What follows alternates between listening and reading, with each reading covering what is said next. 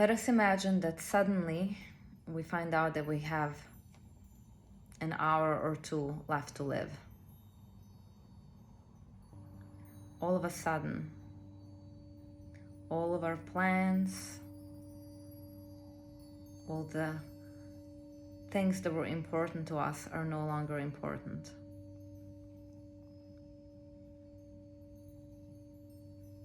Our life cut short.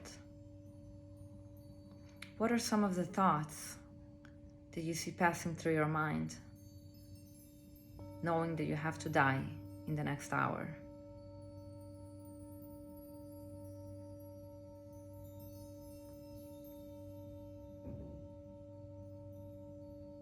What are the regrets? What are the things that you felt you should have done more of, and things you should have done less of in your life? What are the things that you could have done in your life that would matter to you right now in this very moment?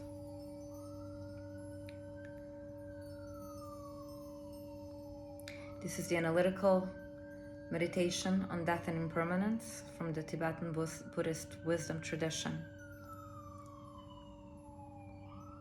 And together we shall contemplate a couple of important points. Death is certain. Nearly everybody alive today will be dead in 100 years. Everybody who's alive today will be dead in 120 years. It doesn't matter how rich you are, what your reputation is. Death does not discriminate. Even the great yogis and great spiritual masters had to die.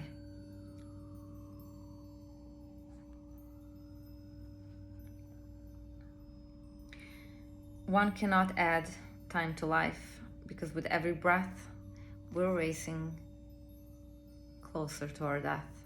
In fact, we have done so from the moment we were born.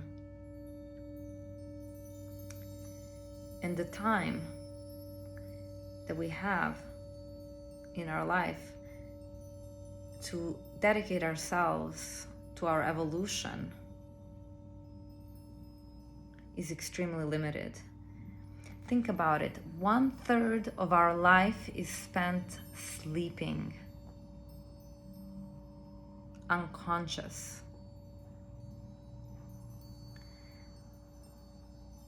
Then the rest of it, immense amount of time and energy, is spent working. Then any free time that we have left is spent socializing, watching TV, Netflix, quarreling and criticizing others, eating. Even for those of us who do practice and do commit themselves to spiritual discipline, how much of that do we actually get to do on a daily basis compared to all the other activities? Time of death is uncertain. There's so many people who have died suddenly. If we were to interview any of those people and we asked them, did you expect to die tomorrow? They would definitely say, no, I didn't expect. Time span in our realm is uncertain. Children often die, or sometimes die, sooner than their parents. So age is no guarantee. Healthy people can die before the sick people, so good health is no guarantee. Future plans or aspirations, no matter how noble they may be, they're no guarantee.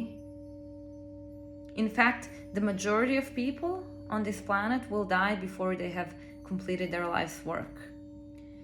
Even more so, so many people don't even ask themselves a question of why I'm here and what is it that I should do before I die.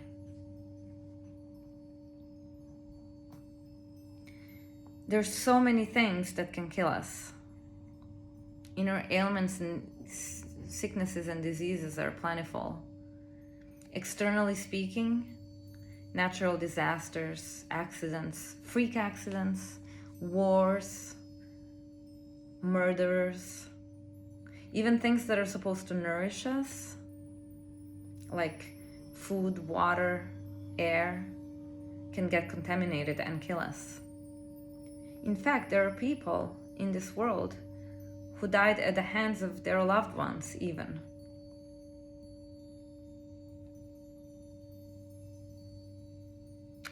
What is it, one thing that matters to us at the time of death? What is one thing that we can take with us? Let's analyze.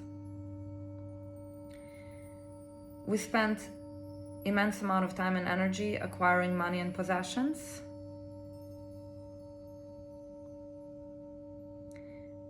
Working really hard to build our reputation.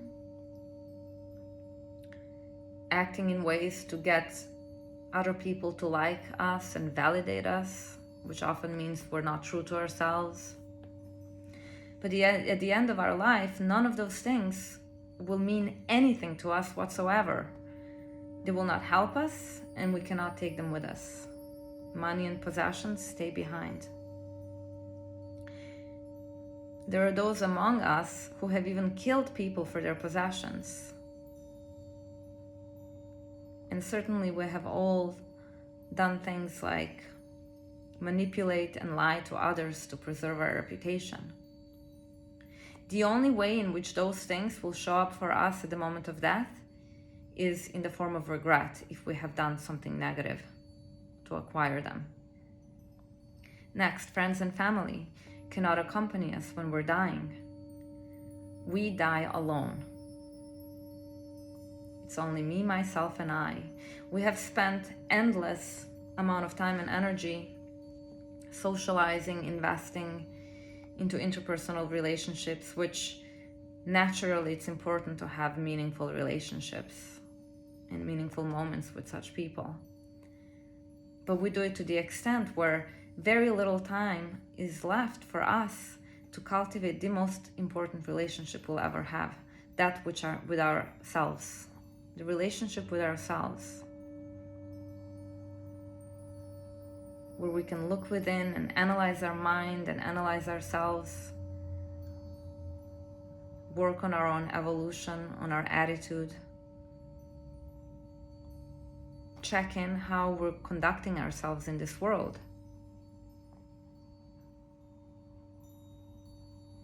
Not to mention, interpersonal relationships lead to attachment and aversion. So when we're too attached to our loved ones, we can literally become addicted to another person to the extent that it's totally unhealthy. It can lead to negative states like jealousy, over-possessiveness, all these things that take the peace of our mind and that take the peace out of our mind.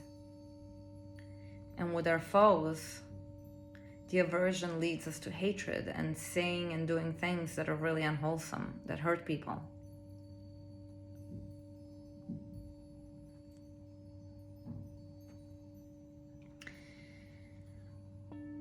At the time of our death, all those things are going to be pretty much meaningless to us, except for the kindness we have afforded others.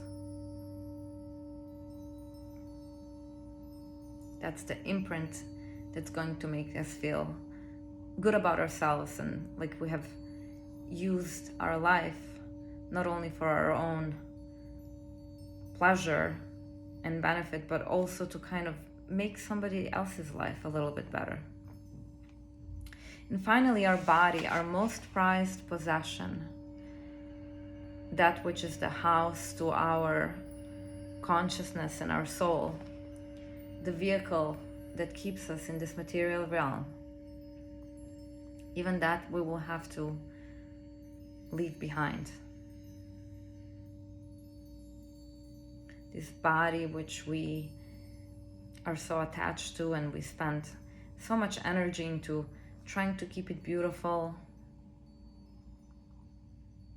adorning it, or hating it if we're unhappy with how we look.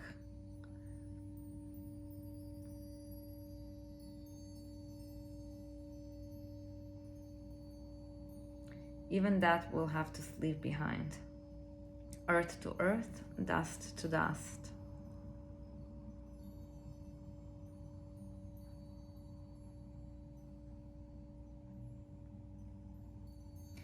Our mind is like a wild beast that has to be tamed.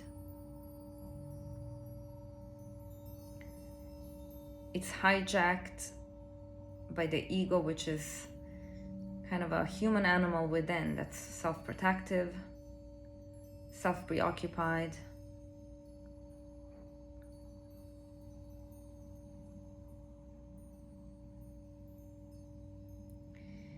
It is the spiritual practice and spiritual discipline where we learn to tame this wild beast inside. Spiritual practice is an opportunity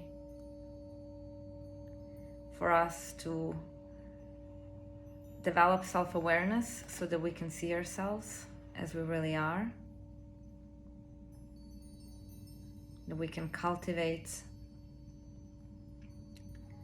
ourselves to become the person that we actually really desire to be.